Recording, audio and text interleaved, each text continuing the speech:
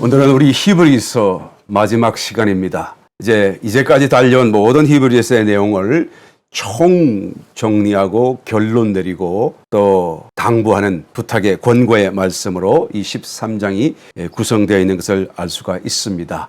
히브리라고 하는 말, 곧 히브리서의 원제, 제목인 히브리인들에게 보내는 편지라는 것이죠. 그러니까 히브리인들, 히브리우라는 이 단어, 말 자체의 의미가 강을 건너온 사람들이다라는 것을 살펴본 적이 있습니다. 아브라함, 믿음의 선조인 아브라함이 갈대아 우르 본토 아비집에서 떠나나와 하란을 거쳐 큰 강, 유브라데 강을 건너서 가나안 땅으로 오게 되지 않습니까? 하나님의 약속의 땅, 그 땅으로 오게 되는데, 이제는 이 가나안 땅에 살고 있던 사람들이 그 큰 강, 저편 강을 건너왔기 때문에 이제는 히브리우라고 그 사람들을 부르게 되는 것입니다. 그러므로 이 히브리라고 하는 이 말의 의미는 강을 건너온 사람들이란 그런 의미로 붙여진 이름인데, 사실은 이것은 하나의 역사고 나타난 우리 현실 속에서 일어난 어떤 사건이지만 성경어로 기록된 이유는 바로 그것의 영적인 의미를 보여주기 위함 아니겠습니까? 곧 눈으로 보여진 그런 역사, 사람의 어떤 발걸음, 생애 이런 모습은 실체가 아니고 그것은 하나의 어떤 그림자고 상징이고 비유라고 한다면 그것들을 통하여서 하나님께서 이제는 성경으로 만드셨는데 실체인, 정말로 우리에게 참 실제인 것을 보여주기 위해서 이런 것들을 다 나타내신 것이죠. 그러면 이 히브리인들, 곧 강을 건너온 이 사건의 실제적인 의미가 뭔가, 하나님이 말씀하기를 원하시는 것, 또 우리에게 정말로 깨달아서 필요로 또한 우리가 알아야 될 것이 무엇인가라고 우리가 질문해 본다면 바로 그것은 이 강을 건너오는 이 과정이 구원의 과정이다. 사실은 두 개의 강을 건너야 이제는 가나안 땅에 들어가게 되겠죠. 그러니까 가나안 땅이 구원의 데스티네이션, 완성, 종착역이라고 한다면 그것을 위해서 두 개의 강을 건너오게 됩니다. 첫 번째는 홍해를 건너오게 되겠죠. 이것의 실제적인 의미가 뭡니까? 우리를 죄에서 구원하시는 사건이죠. 그 강의 모든 원수 애국 군대를 다 수장해버리고 이제는 죄와 단절시키고 죄와 상관없이 살아갈 수 있도록 우리를 구출해 내시는 사건이 홍해를 건너는 사건이죠. 그 다음에 요단강을 또 건너오는 사건이 있지 않습니까? 그 요단강은 바로 가나안 땅 바로 직전에서 그 아주 변경에서 그 경계로 넘어오는 과정 속에서 만나는 과정입니다. 요단강은 무엇을 의미합니까? 주님의 십자가와 더불어 우리 스스로가 져야 될 자기 십자가, 곧 옛사람을 주님이 십자가에 못 박으셨듯이 또한 우리도 그 옛사람, 자기 자신의 옛사람을 스스로 부인하고 또 그것을 벗어버리는, 자아가 정말 수장되는 그런 사건을 우리가 지나갈 때 완전한 구원, 완전한 하나님의 약속인 가나안 땅에 들어가게 될 것을 히브리인이라고 하는 이 단어 속에서 다 담고 있는 것을 볼 수가 있습니다. 그 강을 건넌 결과가 무엇입니까? 가나안 땅에 들어가는 거예요. 이 가나안 땅은 하나님의 나라죠. 하나님의 나라 안으로 들어가는 것을 의미하는 것이죠. 이것은 가나안 땅에 들어간 그 역사가 실제가 아니고 실제는 영적인 의미가 실제인 거예요. 그래서 이 아브라함이 들어갔고 나중에 또 이스라엘 민족이 들어가서 이제 가나안 땅에 살게 되는 이 모든 과정 속에서 일어난 일들을 통해서 우리가 영적인 참 실제를 연관하여 깨달아 알아야 마땅하다는 것이죠. 그래서 가나안 땅에 들어간다는 것은 하나님 나라 안으로 들어가는 것을 말하는 것인데 이것이 도대체 무엇을 의미합니까?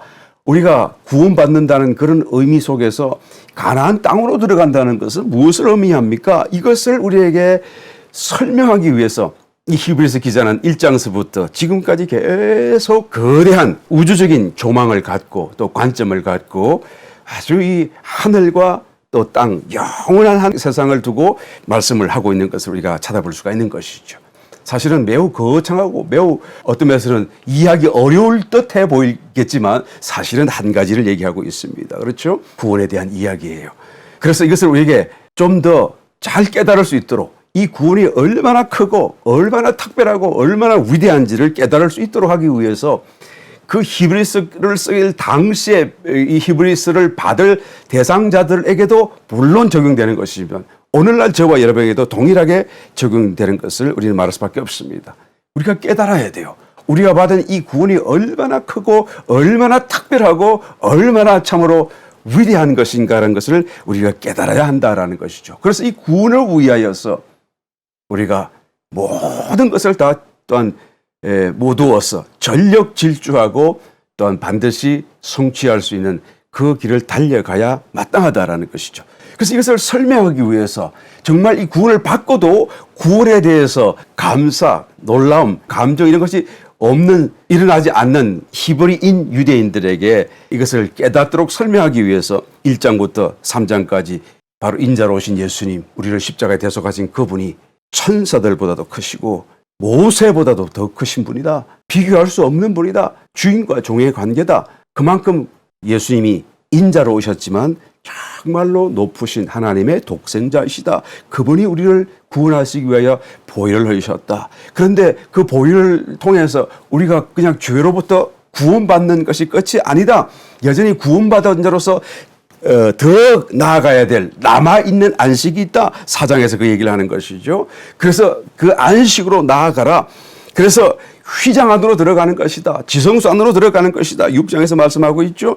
그리고는 또한 10장에서 이제는 그 길은 새롭고 산 길이신 예수님이시다. 그 살아있는 길이신 예수님 안에 예수님과 함께 동행하며 예수님과 함께 교통 속에서 사는 그 삶의 시간들이 곧 이 가나안 땅으로 들어가는 길 위에 서 있는 것이고 그 시간이 계속됨으로써 마침내 어느 날 어느 순간 가나안 땅에 이제는 입성하게 될 것이다 라는 것을 말하는 거예요. 그리고 11장에서 우리의 믿음의 선조들이 얼마나 위대한 일을 했지 않는가. 그렇게 믿음의 결기를 다 보여주었는데 그럼에도 불구하고 그들은 우리가 온전해지고 우리가 완전해지고 우리가 이기는 자로 드러나기를 기다리고 있다. 그래야 자기들도 온전해질 수 있기 때문이다 라고 말하면서 이제는 12장에서 하늘에 있는 천국을 체험 안에서 본 것을 또 만난 것을 설명하고 그 천국에서 천사들이 올림픽 경기장 같은 큰 장소에 모여서 천국이죠. 거기서 우리 지상에 있는 신약 성도들이 신앙의 이런 승리의 가나안 땅을 향하여 나아가는 이 길에서 더 힘차게 달려가기를 응원하고 있다라는 그런 말씀으로 말씀하고 있는 것이죠. 그러면서 멈칫하지 말라, 뒤로 물러가지 말라, 침륜에 빠지지 않도록 해라. 다시 회개할 수 없다. 그러므로 앞으로 전진하라. 조금만 더 가면 바로 그것이 천국이다. 강을 건너라 라고 말씀하는 것입니다. 저와 여러분 함께 우리 모두가 이 말씀을 정말로 깨닫는다면 믿는다면 우리는 강을 또 건너가야 될 줄 믿습니다. 이 13장에서 그러면 강을 건넌다는 것은 무엇을 말합니까? 어떻게 강을 건너갈 수가 있습니까? 그 강을 건너가는 길에 대해서 이 13장 한 장에서 이제는 쭉 함께 모두어서 설명하고 있는 것을 우리가 찾아볼 수가 있습니다. 굉장한 사건이겠죠. 예, 강을 어떻게 건너갈 수 있는가? 그 실제적인 그런 실행 지침 같은 그 디테일한 내용들을 설명하고 있어요. 9가지로. 그러니까 이것은 굉장한 어떤 내용이 될 것임에 틀림없지 않겠어요? 한번 찾아보십시다. 13장 1절, 2절. 어떻게 하면 강을 건너갑니까?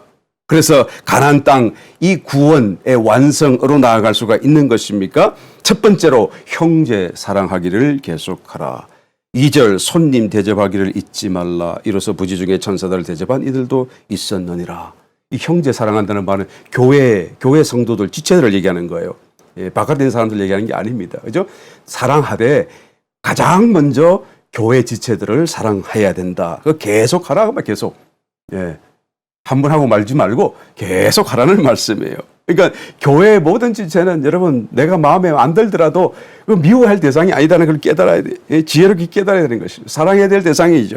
계속 하라. 예, 이게 왜 필요합니까? 가나안 땅, 강을 건너가는 길, 방법이다라는 것을 얘기하는 거예요. 두 번째로 손님을 대접하라. 부지 중의 천사를 아브라함이 대접했었죠. 예, 손님 대접하라. 이것도 일종의 사랑의 하나의 연장선에 있는 것으로 볼 수 있겠죠. 안으로는 형제를 사랑하고 교회를 사랑하고 사랑하는 삶을 살고 그리고 바깥으로는 손님들에게 또한 사랑을 보이고 또 3절 자기도 함께 갇힌 것 같이 갇힌 자를 생각하고 자기도 몸을 가져선즉 학대받는 자를 생각하라. 모든 사람은 혼인을 귀히 여기고 침수를 더럽히지 않게 하라. 음행하는 자들과 간음하는 자들을 하나님이 심판하시리라. 돈을 사랑치 말고 있는 바를 족한 줄로 알라. 그가 친히 말씀하시기를 내가 과연 너희를 버리지 아니하고 과연 너희를 떠나지 아니하리라 하셨느니라. 또 세 가지가 나오죠. 세 번째는 뭡니까? 갇힌 자와 학대받는 자를 생각하라. 이건 손님 대접하는 것을 또 더 확대된 개념으로 볼 수가 있습니다. 나의 도움을 필요로 하는 사람, 또 자기가 참으로 극한 상황에서 자기 힘으로는 어떤 그런 공경을 헤쳐나갈 수 없는 상황, 갇힌 자, 옥에 갇혀 있으니까 어떻게 합니까? 당시로는 매우 심각했었다고 기록에 남아 있어요. 그러니까 심지어 먹는 것도 공급받지 못하는 병이 걸리든지 엄청난 상황 속에서 도움을 필요로 하는 사람들, 특별히 지금 히브리서의 배경이 되고 있는 믿음 때문에 잡혀가고 또 믿음의 동지였던 사람들도 옥에 갇혀 있고 하는 그런 상황을 염두에 두고 우리는 이 말씀을 생각해 볼 수가 있습니다. 그러므로 나의 도움을 필요로 하는 사람들에게 우리가 사랑을 더 확대해 나가야 할 것을 당부하고 있는 것이죠. 그리고 네 번째로는 음행하지 말라. 이건 설명할 필요가 없죠. 다섯 번째, 돈을 사랑하지 말고 자족하는 마음을 가져라. 그죠? 이것은 왜 그렇게 이 말을 또 합니까? 우상 숭배와 관련되어져 있기 때문에 그런 거예요.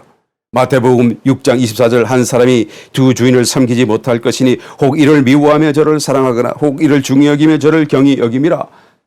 주님이 하신 말씀이에요. 그러니까 한 가지를 돈과 하나님 사이에서 한 가지를 사랑할 수밖에 없다는 얘기를 하는 거예요. 나는 하나님도 사랑하고 돈도 사랑해. 그럴 수가 없다는 것을 주님이 말씀하는 거예요. 주님이 틀릴 수가 없죠. 만약에 그런 마음이 있다고 한다면 그것은 내 마음이 지금 오해를 하고 있는 것이고 원수에게 속고 있는 것이다라는 것을 알아야 되는 것이죠. 너희가 하나님과 재물을 겸하여 섬기지 못하느니라. 그러니까 나의 형편 속에 지금 뭔가 부족함이 느껴진다고 한다면 하나님이 기도하면 되겠죠. 예. 그런데 또 하나님이 그 응답해 주지 않고 채워주지 않는다 그러면 그것이 나의 족한 줄로 여겨야 되는 거예요. 예.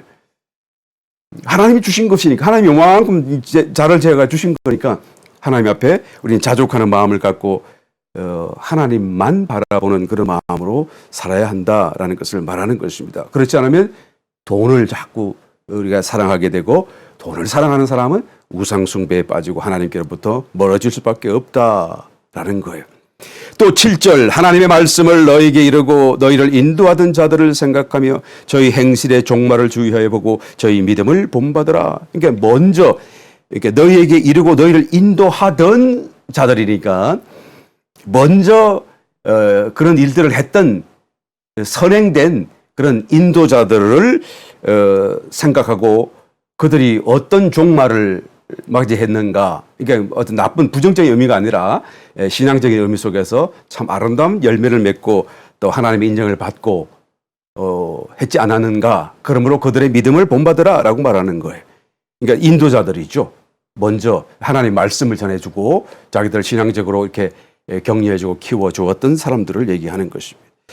그 다음에 일곱 번째 13장 9절 말씀을 살펴봅니다. 여러 가지 다른 교훈에 끌리지 말라. 마음은 은혜로서 굳게함이 아름답고 식물로 살 것이 아니니 식물로 말미암아 행한 자는 유익을 얻지 못하였느니라. 그러니까 다른 교훈을 따라가지 말라라고 지금 권고하고 경고하고 있는 것이죠.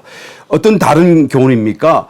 먹는 것, 이것을 먹어라, 이것을 먹지 말라, 이 부정하다, 이것을 먹으면 된다라고 정한 것이다 라고 하는 것은 레위기 11장에 나온 하나님 율법에서부터 시작했겠죠. 그러나 이제 신약 시대는 그게 아니다라는 겁니다. 그게 먹는 것 가지고 뭐 좋고 나쁜 것을 얘기하지 말라라고 얘기하는 것이죠. 베드로가 환상 중에 보았을 때도 보자기에 그죠? 내 생물들이 내려왔는데 부정한 것으로 여겼는데 내가 못 먹겠다고 그랬는데 하나님이 정결케 한 것을 내가 왜 부정하다 하느냐? 먹어라! 라고 하는 그 말씀 나왔었죠. 이 신약 시대는 더 이상 육체적인 이 바깥의 외부적인 어떤 것이 문제가 아니고 영적인 것, 내적인 것, 이게 참이고 이게 실제고 이게 진실이고 진리고 영원한 것이죠. 이 영의 부분을 가지고 얘기해야 되는 것입니다. 그래서 영을 따라서 이제는 출발해야 되겠죠. 그런데 반대로 구약에서는 하던 그런 무엇을 먹으라, 정하다, 부정하다 이런 모든 것들은 결국 이런 영적인 실제 신약 시대를 위한 하나의 어떤 가르침, 그림자, 비유, 상징이었던 것일 뿐이다라는 거예요. 그러니까 이제 신약이 왔으니 이제는 구약을 다 버려야 될 거 아니겠습니까? 거기에 실제를 가졌으니까 이제는 이것을 문자적으로 따라가서는 안 되는 것이죠. 그런데 여전히 이제 그 유대인들이 있는 교회에서는 그런 구약적인, 율법적인, 문자적인 그런 어떤 실행들이 그대로 또한 가르쳐 주고 또 그것이 하나님의 길이다라고 엉뚱하게 가르치는 교훈이 있었다라는 것이죠. 그러니까 다른 교훈을 따라가지 말라. 영의 감동을 따라가는 것과 다른 것들, 영의 감동을 중심으로 말하는 교훈이 아니라고 한다면 전부 다 버려야 할 것이다. 왜 그런가요? 이제는 예수님이 모든 구약, 모든 성막, 모든 비유, 모든 제사, 모든 것들에 다 그 비유가 그리스도가 오실 것이고 그리스도에 대한 것인데 그 그리스도가 모든 구약의 가르침이라고 할 수 있는 그 비유의 또한 상징의 가리킴이라고 할 수 있는 참 실제이신 그리스도가 이제는 오셨잖아요. 오신 그분이 이제는 우리 안으로 영으로 들어오셨잖아요. 그러니까 이 주님을 우리가 교통하게 되면 저절로 모든 것이 다 채워지는 것인데 주님과 손잡고 걸어가면 모든 것이 다 구약에서 말하는 그대로 살아가는 그 이상으로 또한 만족해 되는 신앙적인 삶이 되는 것인데 이것을 하지 않고 다시 이 손을 놓아버리고 구약적인 거 그래서 먹는 거 또 먹지 말아야 할 것들 따져가면서 뭐 이런 등등의 그죠? 또 그런 육체의 예법을 따라서 우리가 다시 산다고 한다면 정말 이것은 황당한 사건이 아닐 수가 없습니다. 제가 어떤 인터넷을 서치하다 보니까 그런 내용을 한번 살짝 읽어본 적이 있는데 재미있는 이야기라 잠깐 생각이 나네요. 한 어떤 연인이 있었어요. 그런데 웬일인지 모르지만은 이 남자가 여자에게 차였어요. 너무 상심했죠. 마음이 너무 아팠어요. 그래서 그냥 계속 편지를 쓰는 겁니다. 예. 이제 더 이상 만나지 말자 그러니까 계속 편지를 쓰는 거예요. 매일매일 편지를 쓰고 어떤 하루에도 몇 번씩이라도 쓰고 그러니까 그 편지를 안 받아주니까 이제 차곡차곡 다시 자기가 다 그것을 갖고 있는 것입니다. 그러다가 웬일인지 다시 이 여자가 또 그 남자를 이제 좋아하게 된 것 같아요. 그래서 다시 만나자 연락이 왔습니다. 그래서 남자가 너무 기뻐가지고 그 여인을 찾아갔었죠. 그래서 만났어요. 그리고는 데이트 장소로 함께 앉아서 서로 얼굴을 마주보면서 얘기를 시작하는데 그런데 이 남자가 뭘 하는가 하니까 자기 호주머니에서 뭘 꺼내요. 꺼내다 보니까 그동안 자기가 써왔던 그 편지들을 하나하나 꺼내는 것입니다. 그러면서 그것을 읽어주는 거야. 그래서 내가 얼마나 당신을 사랑하는데 얼마나 그러니까 이 옆에 있던 여인이 너무 이게 황당한 것입니다. 왜 그래요? 자기하고 이제 만났으니까 이제는 서로 대화하고 서로 좋아하면 될 건데 왜 이제 또 지나간 그 글을 그때 꺼집어내가지고 그걸 읽고 있냐 그 말이에요. 그 글의 실체인 이 사랑하는 여인이 옆에 앉았으면 그 사람하고 이제는 사랑을 하면 될 거 아니겠어요? 예. 이 얘기가 여러분 조금 전달이 되는지 모르겠습니다. 하여튼 이런 시츄에이션과 굉장히 유사하지 않은가 하는 생각이 드는 것이죠. 주님이 살아계신 분으로서 우리 가운데 오셨는데 그분과 교제하고 그분과 교통하는 삶이 신앙생활이에요. 예. 그 속에서 성경도 공부하고 성경도 읽고 성경도 묵상하고 다 이게 다 연결되어 있는 것이지만 말이죠. 그런데 하여튼 살아계신 주님과 인격적인 교제를 하는 것이 이제는 이 새롭고 산 길이신 주님과 함께 이제는 완전한 구원의 길로 나아가는 그 길이 되는 것인데 그런데 그것을 깨닫지 못하고 다시 손을 놓아버리고 옛 구약적인 그죠? 무엇을 먹어야 되고 무엇을 먹지 않는 것 그다음에 무슨 절기를 지키고 안 지키고 하는 이런 것들로 돌아간다고 한다면 그러면 이것은 무엇을 의미합니까? 진정한 구원의 길로 가지 못하는 것을 의미하는 것이죠. 예. 다음에 한번 보시겠습니다. 15절 이러므로 우리가 예수로 말미암아 항상 찬미의 제사를 하나님께 드리자 이는 그 이름을 정거하는 입술의 열매니라. 이 8번째 입술로 드리는 찬미의 제사를 드리라 그 말이에요. 이 말씀은 이 히브리서의 배경을 두고 이해해 보게 되면 그러니까 동물 피 제사를 드리는 것과 이제는 대비되어져서 이제는 입술로 찬미하는 이게 신약 시대 교회가 드리는 예배를 얘기하는 것이죠. 그 예배 가운데 우리가 입을 열어 하나님을 노래하고 찬양하고 찬미하고 기도하고 높여드리는 이런 모든 이것을 찬미의 제사로 드리라라고 지금 말씀하고 있죠. 예수님이 참 제물 되셨잖아요.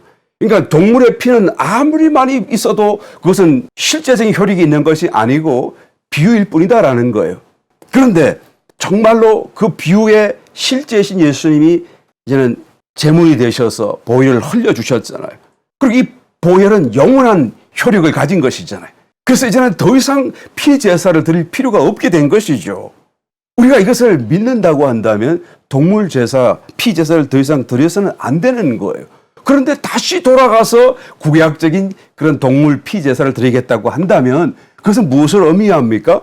나는 예수님을 부인한다는 얘기가 되는 것이고 또 예수님이 내 속에 들어오신 것을 나는 소홀히 아무것도 아닌 것으로 여긴다는 것이고 주님이 이루신 십자가의 모든 대속과 은혜의 은총이 이제는 구약의 동물 피제사보다 못하다는 얘기가 되는 것이고 그러고서 어떻게 회개할 수 있겠어요? 어떻게 돌아올 수 있겠어요? 그러니까 회개할 기회가 없다라는 거예요. 이런 모든 하나의 어떤 상황 속에 안식일을 준수하겠다라든가 뭐 절기를 따라서 구약에서 말하는 어떤 것을 내가 하겠다라고 하는 그런 것들은 문자적으로 하겠다고 하는 것은 곧 영으로 와 계신 그리스도를 부인하는 경우가 될 수밖에 없는 것입니다. 그래서 입술로 드리는 찬미의 제사, 이 예배를 드리라, 신령한 영의 제사를 드리라 그 말을 하는 거예요. 우리 영으로 다 예배하고 있잖아요. 그러면 우리는 지금 가나안 땅으로 가고 있는 건 맞나요?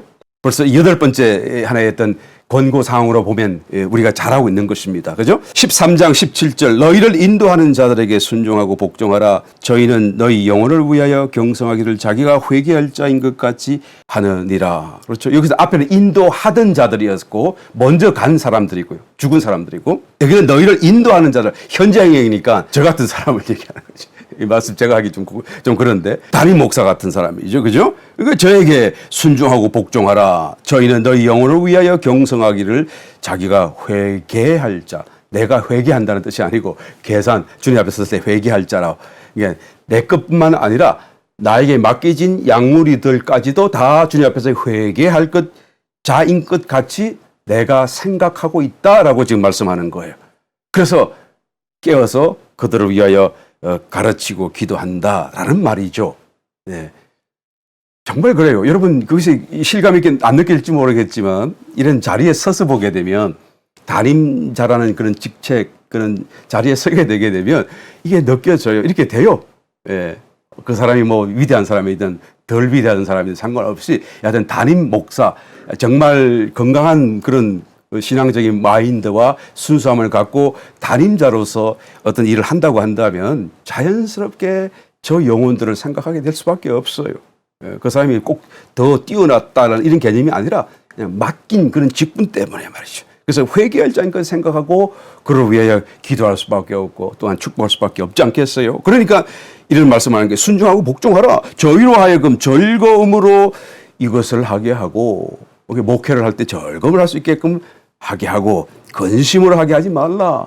그죠? 그러니까 즐겁게 해 주게 되면 그러니까 그냥 기도를 해도 한 번 더 하게 되고 풍성하게 그냥 축복을 하게 되겠지만 그러나 계속 근심하게만 만든다고 한다면 어떻게 됩니까? 그렇지 않으면 너희에게 유익이 없느니라 이렇게 말씀하는 거예요. 네. 더 이상 자세하게 설명하지 않겠습니다. 여러분 자. 야, 이것이 왜 이렇게 중요한 것이냐? 우리가 지금 9가지를 다 살펴보았잖아요? 예. 네. 지금 영적인, 그 우주적인 그런 어떤 관점에서 그 하나님이 이루신 탁월한 구원, 그 가나안 땅으로 들어가는 그 일에 대한 것을 지금 어떻게 구체적으로 실행 지침으로 해가야 하는 것인가를 설명하는 이 자리에서 9가지를 다 들어봤는데요. 이 9가지가 많은 부분에서 우리가 지금 하고 있는 것이고 또 우리가 생각할 때 그것이 그렇게 큰 일 같지 않아 보이는데 이것을 말하고 정말 끝인가? 이것만 하면 되는 것인가? 할 정도로 정말 특별하지 않을 것 같은 말씀들만 말씀하고 마치는 것 같아요. 그런데 여하튼 결론을 다시 한번 보시겠습니다. 20절 이 일들을 다 하게 되면, 그리하면 20절, 양의 큰 목자이신 우리 주 예수를 영원한 언약의 피로 죽은 자 가운데서 이끌어내신 평강의 하나님이 모든 선한 일에 너희를 온전케 하사 자기 뜻을 행하게 하시고 그 앞에 즐거운 것을 예수 그리스도로 말미암아 우리 속에 이루시기를 원하노라. 영광이 그에게 세세 무궁토록 있을지어다. 아멘. 그죠? 그렇게 9가지 사항들을 우리가 잘 준수하고 또 그런 삶을 살기만 하면, 그러면 첫 번째로 평강의 하나님이 모든 선한 일에 너희를, 저와 여러분을 온전케 만들어 주신다라는 거예요. 우리는 우리 자신을 지킬 수만 있을 뿐이죠. 우리를 스스로 온전케 할 수 없습니다. 그래서 하나님이 하시는 거예요. 아주 정확하게 지금 이 히브리서 기자가 지적하고 있는 것이죠. 우리는 자신을 온전케 만들 수 없다는 사실을 깨달아야 하고, 온전케 하시는 분은 하나님밖에 안 계시다. 그러므로 우리는 하나님이 우리를 온전케 하시는 그 사역에 방해되지 않도록 우리 스스로를 잘 붙들고 있어야 돼요. 막 이리 가고 저리 가고 막 돌아가지 않도록 우리를 하나님 앞에 잘 붙들고 하나님이 그 일을 하실 수 있도록 우리는 다만 하나님께 우리 자신을 내어드리는 이 일들에 충실해야 되는 것입니다. 그 일들을 하는 것이 바로 이 9가지 실행 지침 속에 다 들어있어요. 알고 보면. 사실 그것이 별일 아닌 것 같은데 사실은 굉장한 일들입니다. 정말 중요한 일들이에요. 정말 중요한 포인트예요. 정말 우리의 신앙생활 속에 가나안 땅으로 가기 위해서는 반드시 이 9가지가 걸림이 일어나서는 안 되는 이 일에서 우리가 정말 잘 해나가는 그런 삶이 되어야 한다라는 것을 우리는 깨달아야 되는 것이죠. 하나님이 우리를 온전케 하실 때 우리는 가만히 있어야 돼요. 저는 조금 시간이 지나가긴 했습니다마는 눈 백내장 수술을 조금 일찍 하게 되었어요. 눈이 탁해져서가 아니라 이 초점이 막 2개, 3개가 생겨가지고 그래서 수술을 받게 되었는데, 그 수술이라고 하는 것은 여러분 우리 수정체 아시죠? 렌즈. 그 렌즈를 끄집어내는 거예요.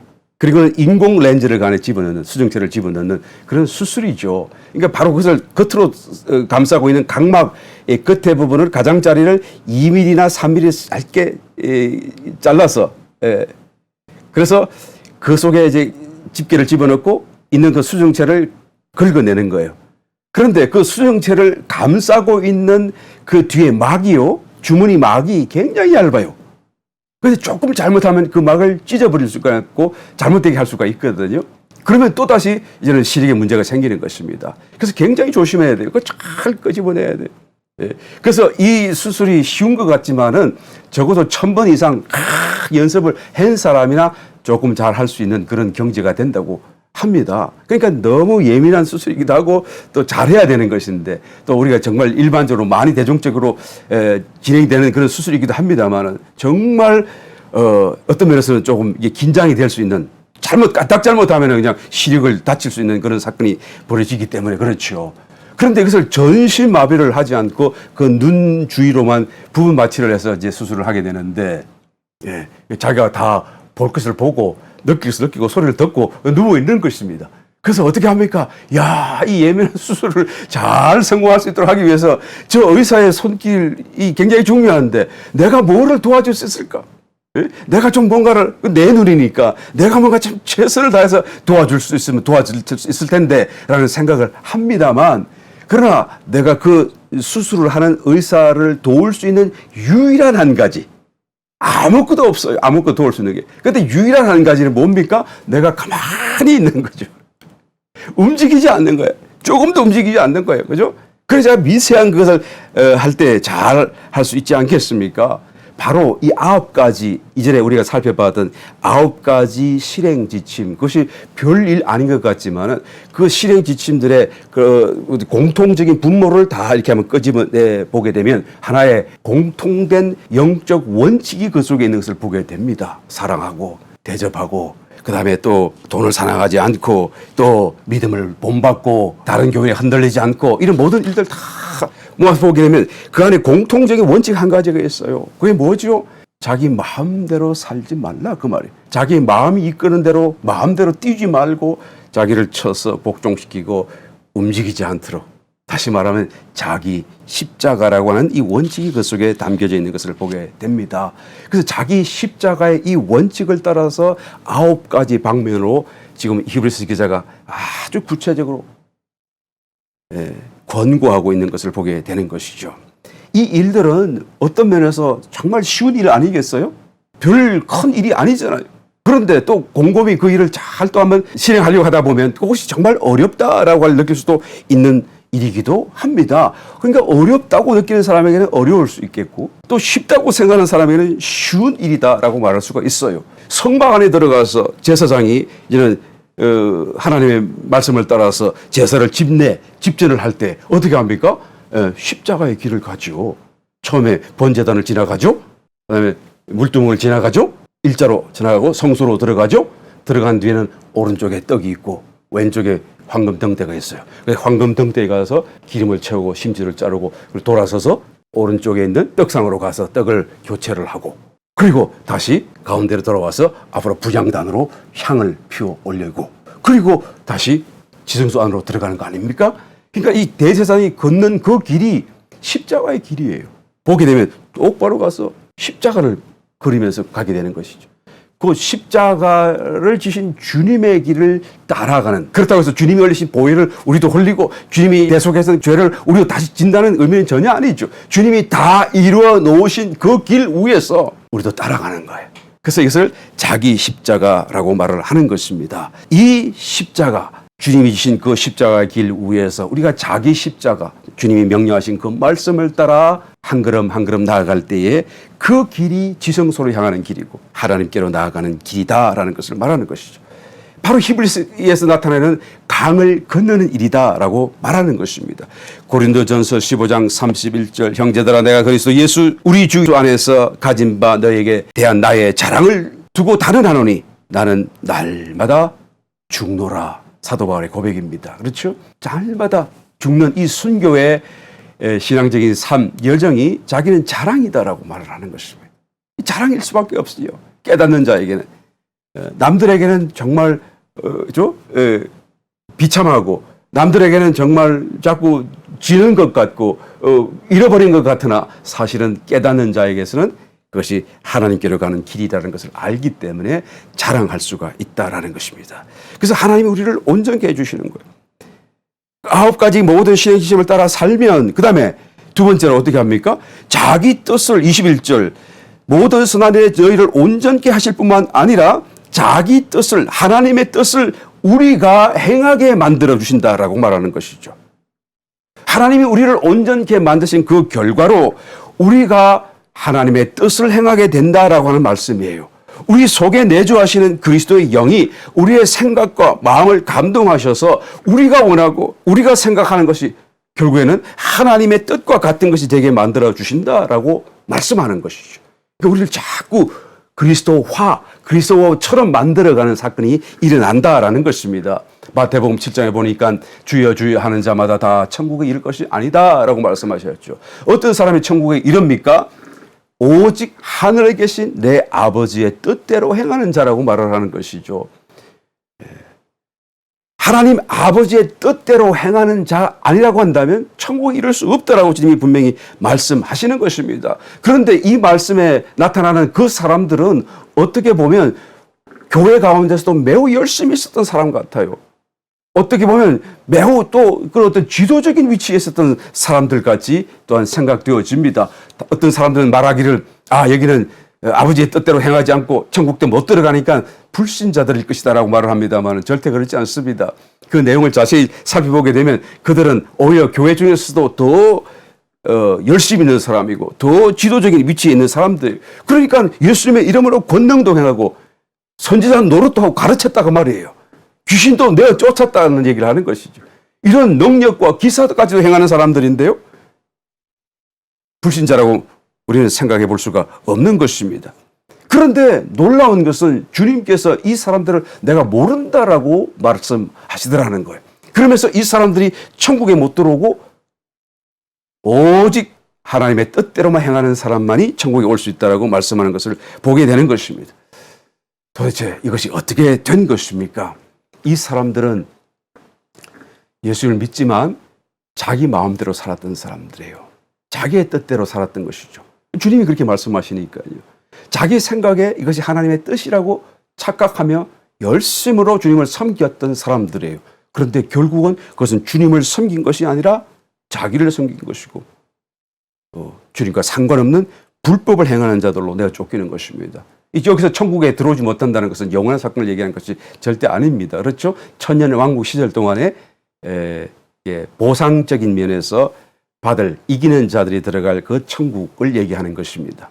그 뒤에는 물론 다 회복되겠지만 말이죠.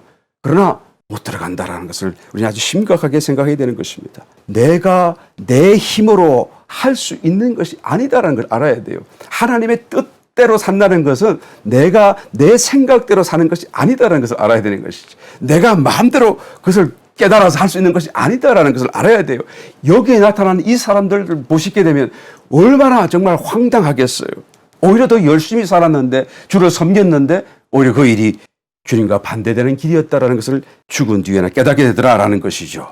여러분, 이 사건 속에서 또 히브리서에서 말씀하시는 이 말씀 속에서 하나님이 우리를 온전케 하시고 마침내 우리의 마음, 우리의 또한 혼을 감동하셔서 하나님의 뜻대로 행하게 한다라는 이 말씀, 곧 영의 감동을 따라 살고 행한다는 것이 얼마나 중요한 사건인가, 얼마나 우리의 신앙생활 속에서 참으로 중대한 사건인가라는 것을 다시 한번 깨달아야 마땅할 줄 믿습니다.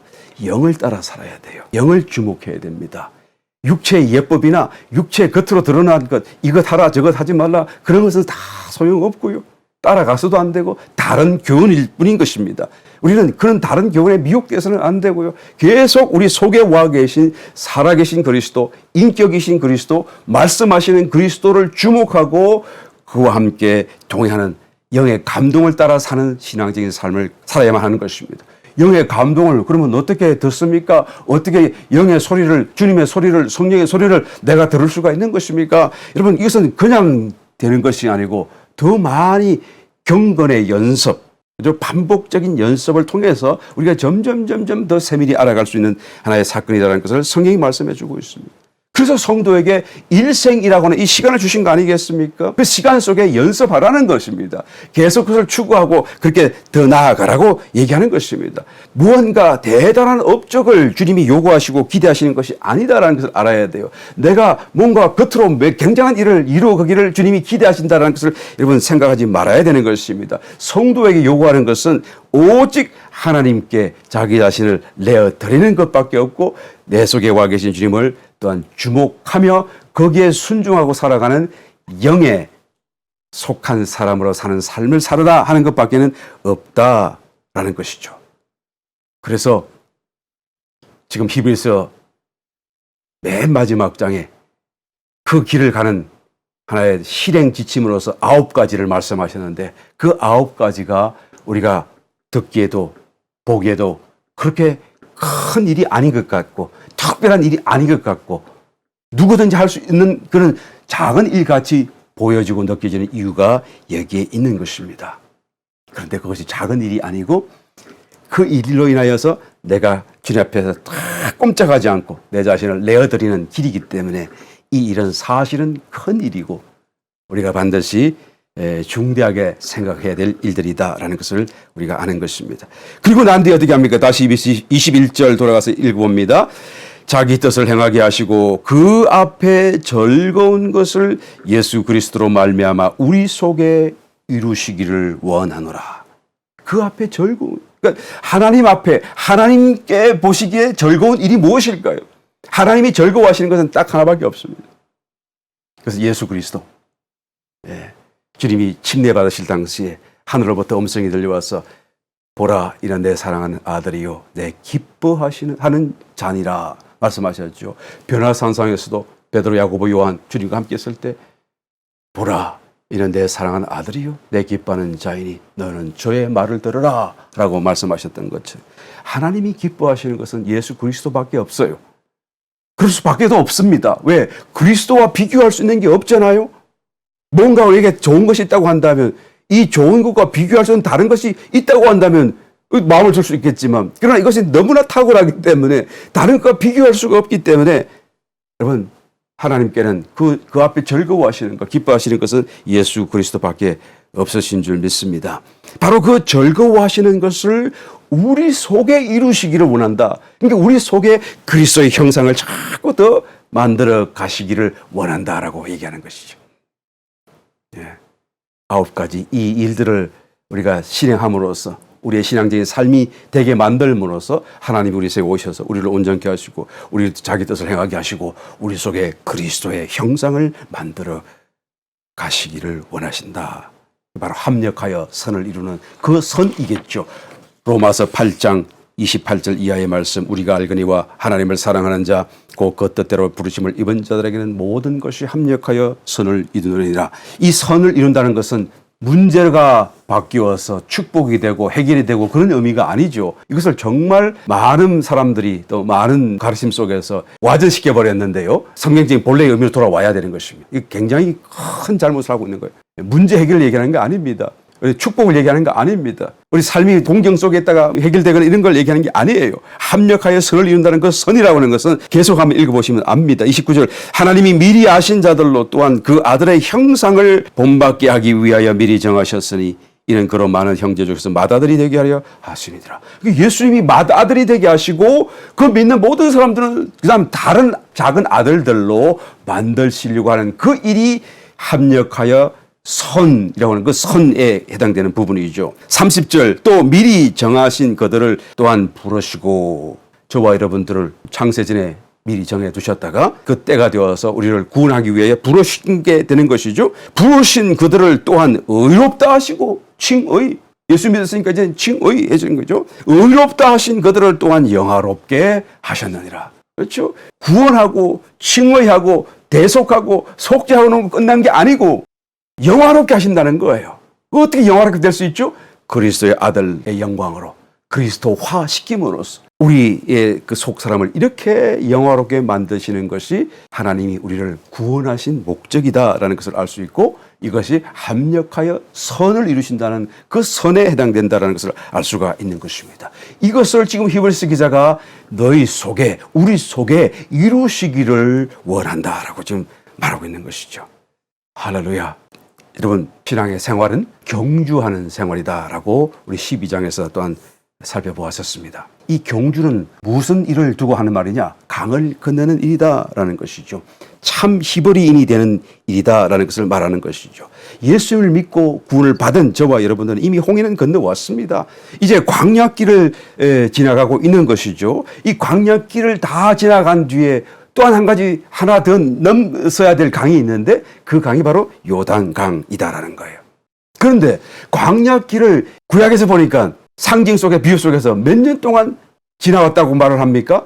전체 40년이지만 앞에 시내산에 이르기까지 또 시내산에서 그 율법과 또 십계명을 받고 그리고 성막을 짓고 그런 사건 다 빼고 거기서 출발해가지고 가데스 바네아까지 온 뒤에 그 가데스 바네아에서 12정탐꾼을 보내고 불신앙적인 그런 보고를 하는 사람들의 선동되어서 모든 백성들이 다 원망불평하고 막 돌아가자고 하는 그런 사건이 일어나지 않았었습니까? 이제 그때로부터 다시 하나님께서 그냥 힘을 받고 유리방어하게 된 그 사건, 그 시기를 계산해 보게 되면 38년이 됩니다. 성경 한번 찾아보겠습니다. 신명기 2장 13절, 14절 이제 너희는 일어나서 세렛 시내를 건너가라 하시기로 우리가 세렛 시내를 건넜으니 가데스 바네아에서 떠나 세렛 시내를 건너기까지 38년 동안이라.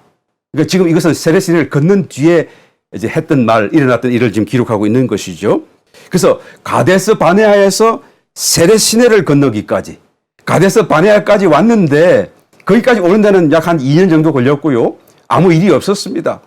그냥 하나님이 은혜로 잘 왔어요. 그 다음에 거기서 이제는 곧 유단 강을 건너서 가나안 땅으로 들어갈 그런 순간에 왔을 때 이제 얼마 남지 않은 그게 가데스 바네아에서 세렛 시내까지 약 한 130km 정도밖에 남지 않았어요.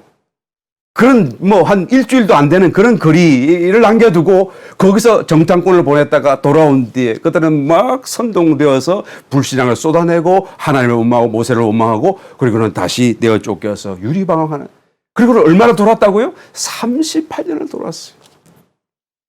그냥 바로 가면 일주일도 안 걸릴 그 거리를 이 세렛 시내를 건너기만 하면 이제는 요단강 앞이고 이제는 바로 그 가나안 땅에 들어가는 거 아니겠습니까? 세렛 시내는 물론 요단강이 아닙니다만 이 세렛 시내를 걷는다는 것은 굉장한 의미가 있어요. 이때로부터 다시 후퇴하고 다시 돌아키고 방황하는 일이 없고 곧장 요단강으로 가는 곧장 그래서 가나안 땅으로 들어가는 그런 아주 이 길이고 놀라운 하나님의 축복의 길만 남아있기 때문에 그런 것이죠. 그런데 이 세렛 시내를 앞에 두고 그냥 가면 될 것을 가지 못하고 불신앙 때문에 돌아서서 38년을 유리방황하게 되었다라는 것을 이 신명기에서 모세가 참으로 깊은 그런 회환 속에서 다시 회고하는 모습을 살펴볼 수가 있는 것입니다. 왜 그들이 들어가지 못했습니까? 왜 또 1세대가 전멸 들어가지 못하고 당했나요? 멸절된 이유가 무엇입니까? 그 가데스 바네아에서 가나안 땅에 대해서 불평하고 하나님의 말씀을 불신앙하고 결국 그것은 무엇을 말합니까?